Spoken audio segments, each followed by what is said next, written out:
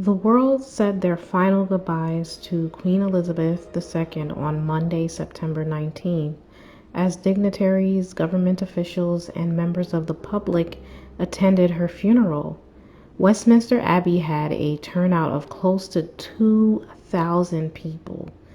We saw a heavily decorated coffin that was dressed with royal regalia representing the Queen's life and legacy. British people take pride in this regalia because it's the last time that they will see their former monarch representing the country. On her coffin was her scepter and orb, the imperial state crown, and the royal standard flag. There actually is an issue with the scepter as we speak, and I'll dive a little further into that in an upcoming video. The flag is traditionally flown when the Queen is residing at one of her palaces or if she's embarked on an official journey in her car or plane. There was also a handwritten note from her son, Charles, who is now the presiding monarch. The note was a simple statement which said, "In loving and devoted memory, Charles R." The R standing for Rex, which is Latin for king. The last item that was on the coffin was a wreath of flowers. The flowers contained a sprig from the Queen's wedding to Prince Philip.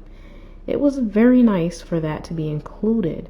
All the items that were there symbolized her dedication to various individuals in her life, such as the Kingdom of Great Britain, its people, the monarchy, and her husband.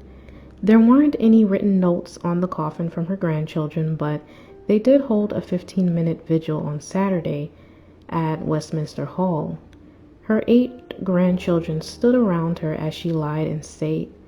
William and Harry were on 2 opposite sides, and Princesses Beatrice, Eugenie, Zara, and Peter Phillips, Lady Louise, and Viscount James Severn were outfitted in black, with their heads bowed as they mourned their grandmother. They led the vigil amongst thousands who came to pay respect to the Queen that day. This funeral was the first state funeral in decades, and because it is a monarch who passed away, the turnout was quite massive. British police said that the funeral was the largest event they've ever had to police. The funeral event ended with a final procession, which saw British military troops line the path towards Windsor Castle, along with the band which marched to the sound of beating drums. Most of the grandchildren offered statements prior to the funeral, and I'm going to take some time to read through each one. Princess Eugenie and Beatrice offered a heartfelt statement which said, "Our dearest Granny, we've not been able to put much into words since you left us all. There have been tears and laughter, silences and chatter, hugs and loneliness, and a collective loss for you, our beloved Queen and our beloved Granny. We, like many, thought you'd be here forever, and we all miss you terribly. You were our matriarch, our guide, our loving hand on our backs, leading us through this world.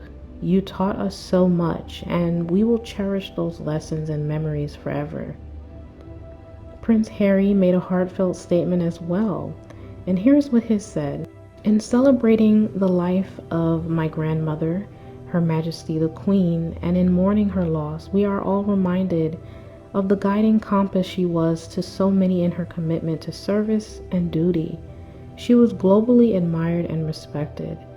Her unwavering grace and dignity remain true throughout her life, and now her everlasting legacy." Let us echo the words she spoke after the passing of her husband, Prince Philip, words which can bring comfort to all of us now. Life, of course, consists of final partings as well as first meetings. Granny, while this final parting brings us great sadness, I am forever grateful for all of our first meetings. From our earliest childhood memories with you, to meeting you for the first time as my commander-in-chief, to the first moment you met my darling wife and hugged your beloved great-grandchildren. I cherish these times shared with you and the many other special moments in between. You are already sorely missed, not just by us, but by the world over. And as it comes to first meetings, we now honor my father in his new role as King Charles III. Thank you for your commitment to service. Thank you for your sound advice. Thank you for your infectious smile. We too smile, knowing that you and Grandpa are reunited now, and both together in peace. Prince William made a statement after it was announced that the Queen had passed away.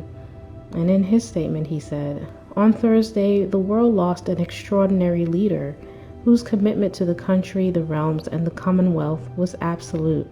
So much will be said in the days ahead about the meaning of her historic reign.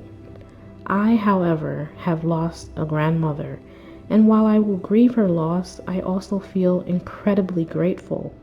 I have had the benefit of the Queen's wisdom and reassurance into my 5th decade. My wife has had 20 years of her guidance and support.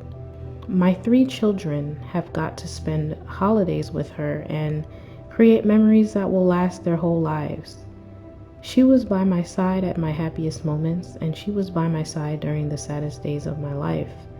I knew this day would come, but it will be some time before the reality of life without Granny will truly feel real. I thank her for the kindness she showed my family and me, and I thank her on behalf of my generation for providing an example of service and dignity in public life that was from a different age, but always relevant to us all. My grandmother famously said that grief was the price we pay for love. All of the sadness we feel in the coming weeks will be testament to the love we felt for our extraordinary Queen. I will honor her memory by supporting my father, the King, in every way I can." Lady Louise paid tribute to her grandmother by wearing a silver horse necklace, honoring the Queen's love of horses, which they both share an interest in. Folks, what are your thoughts about the Queen's state funeral and the tributes from her grandchildren? Let me know by leaving a comment below. Thanks for watching the Royal Scoop channel. See you next time.